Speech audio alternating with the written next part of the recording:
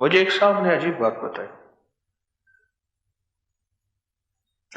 یہ بارڈر کے ساتھ ایک گاؤں ہے پڑھانا، وہاں ایک دو دفعہ گیا.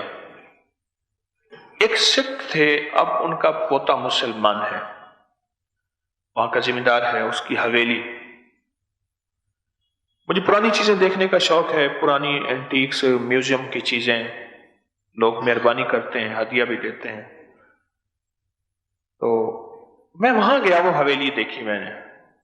ایک صاحب تھے، سفید پوش آدمی تھے، ان کے گھر میں گیا، کھانا بھی کھایا میں، حویلی دیکھی.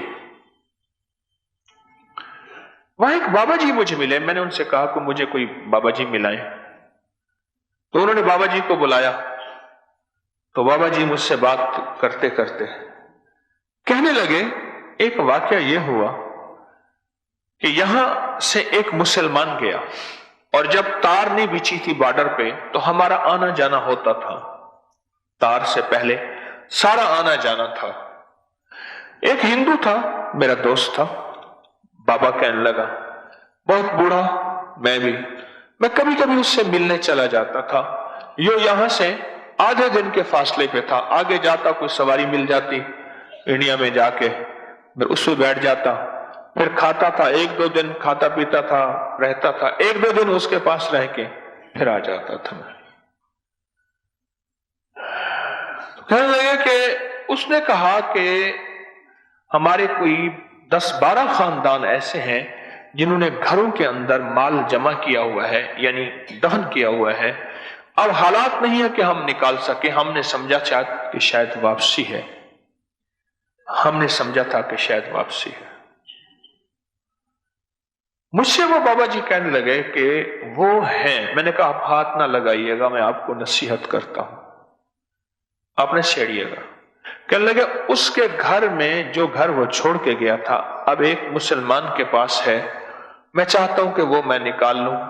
میں نے کہا نہ نکالیے گا، وہ آپ کا ہے ہی نہیں، اور جس کا ہوتا ہے اسے خود ملتا ہے، اور بغیر محنت کے ملتا ہے، اور بغیر کوشش کے ملتا ہے، اور بغیر طلب کے ملتا ہے، اور ملتا ہے. اچھا، انہیں میری بات سمجھ نہ آئی. انہوں نے اس سے پتہ پوچھ لیا، وہ جو ہندو رہتا تھا وہاں. انہوں نے کہا میں تو آ نہیں سکوں گا، تو نکال لے، کچھ مجھے بھی دے دینا، اگر لے آنا تھوڑا سا تو بھی لے لینا. یہ طے ہو گیا.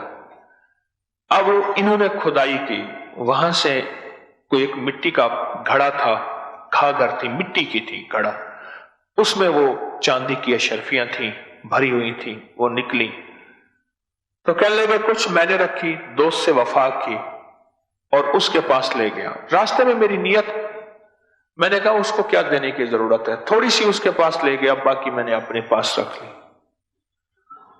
بس وہ دولت آج میرے گھر میں جب سے آئی ہے، وہ مال آیا ہے، میری زندگی، میرے سکھ سکون کے دن ختم ہو گئے ہیں. وہ بندہ بھی ملا، میں نے آپ سے منع کیا تھا، آپ کو عرض کیا تھا، کہا گھر میں ہر طرف محسوس ہوتا ہے سانپ ہے. لاٹھی جوتا لے کے جاتے ہیں تو سانپ نہیں ہوتا، ہر گھر کے کونے میں سانپ.